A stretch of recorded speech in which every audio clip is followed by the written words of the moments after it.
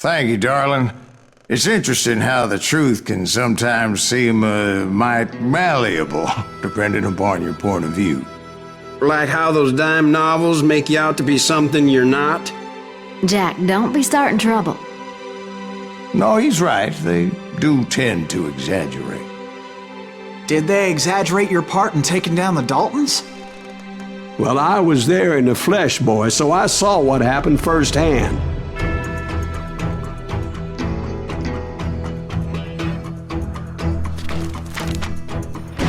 Those Daltons were lawmen once, before they all went bad, robbing banks and trains clear across the territory.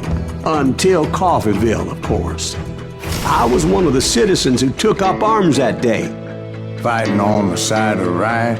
I did my best, sir. We all did.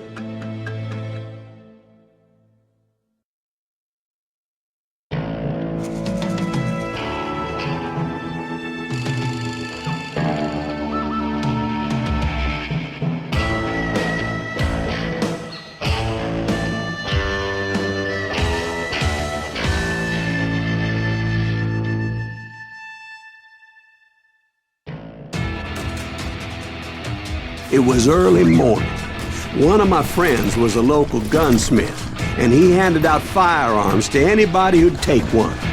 You see, the Daltons got it in their heads to rob two banks at the same time. Two banks on the same damn street. Story was Bob Dalton's girl was always writing him about how he had no ambition. Oh, you're nobody next to Jesse James, she'd say. Finally, the bastard took his brothers to Coffeeville just to shut her up. Well, the locals recognized the Daltons right off. Before they could get away, half the town took up arms to defend their property.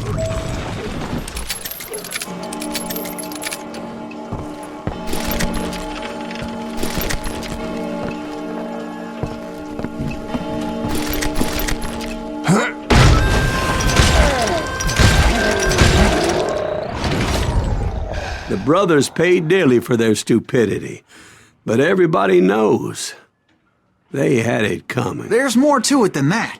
I read all about that day, so I know for a fact that it went down very differently. First of all, it was high noon. A posse of U.S. deputy marshals were on the rooftop across the street. Get ready, boys.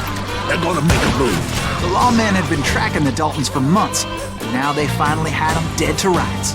But those boys had a reputation as stone-cold killers. The marshals took every precaution, knowing they wouldn't go easy.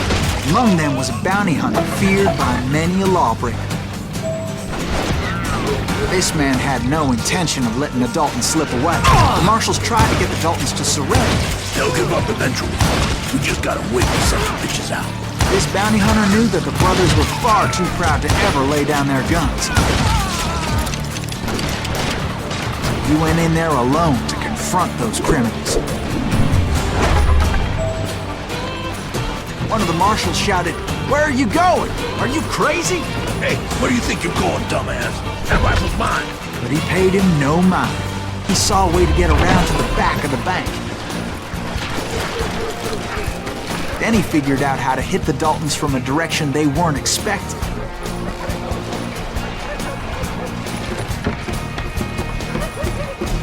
From above. Fortunately, a water tower was right there. A moment later, he was climbing up a steep ladder, laughing at danger as he did. It was brave men like him who risked their lives to tame this wild country.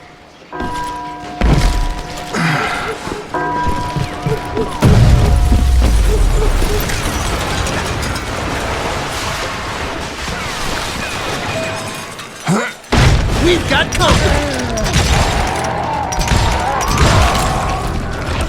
Heroic men like him, who did what other men couldn't or wouldn't to make this country free. Like Jim Bowie and Davy Crockett, who died defending the Alamo.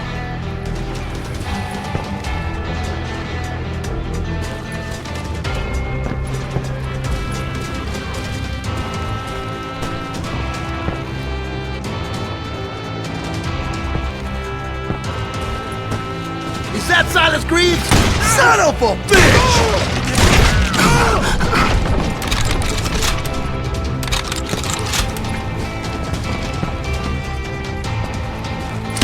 Yeah, you know you can't beat me.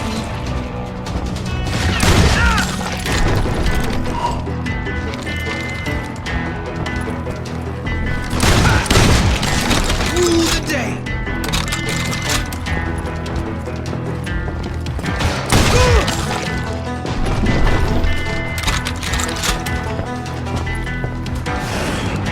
Over there! That's Silas Greaves! What the hell? Blam! Blam! He came away victorious, taking down those thieving Daltons.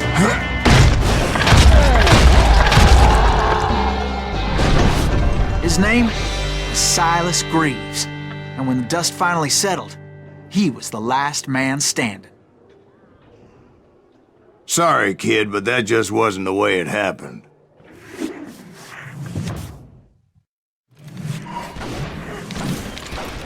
It was early evening, not high noon.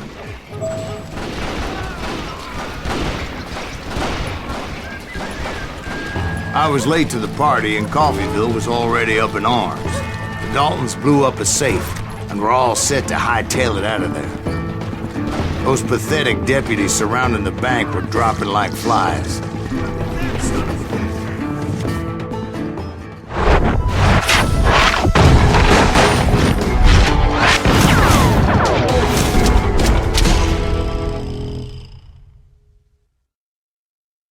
I had been tracking those jokers for months, waiting for them to do something reckless. And finally, they did. Those stupid bastards decided to rob 2 banks at the same time in the same town where everybody knew them. But they still had friends in Coffeyville. Now you're in trouble. Any shit around corners?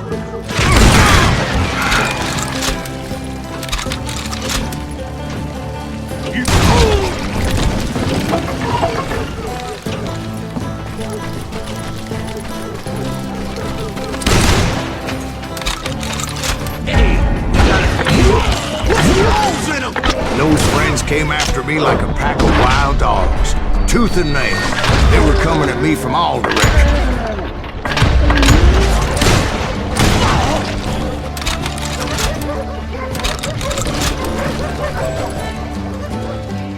I caught sight of the Daltons running with the money and didn't want to lose them. Problem was, they knew the town better than I did. And to top it off, I found myself in the middle of another shootout entirely. Did the Daltons hole up in somebody's house? No, it was the Smiths, I believe. They were cousins of the Daltons. And they were shooting at the Browns, who were shooting at the Daltons. Which wasn't any surprise, because those 2 families have been feuding forever. And since the Joneses are related to the Browns, they shot at the Smiths, pissing off the Heimhoffers, whose daughter recently married a Smith. Well, bullets were flying every which way as all the old feuds in Kansas caught fire all at once.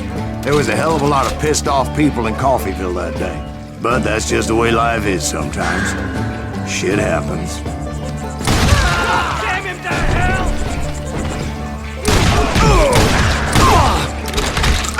You didn't I? Get out here!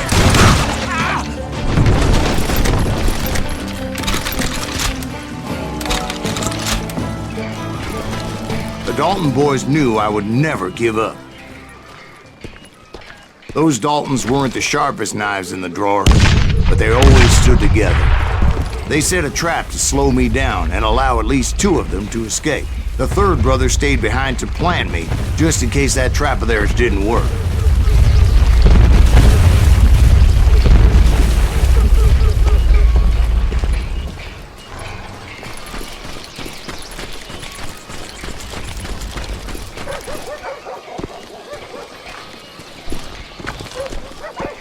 It was Emmett, the youngest, and he decided to stand his ground and face me down.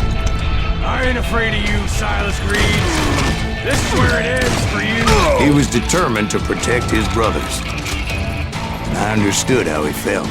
taking me on all by his lonesome wasn't exactly a recipe for a long life. Red-headed stepchild!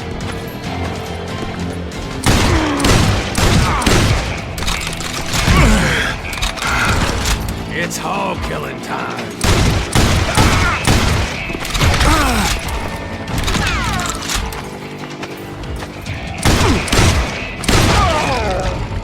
But Emmett Dalton survived the robbery in Coffeyville. He's the only Dalton who did. They say he was shot 23 times. Well, Dwight, who do you think put all those damn holes in him?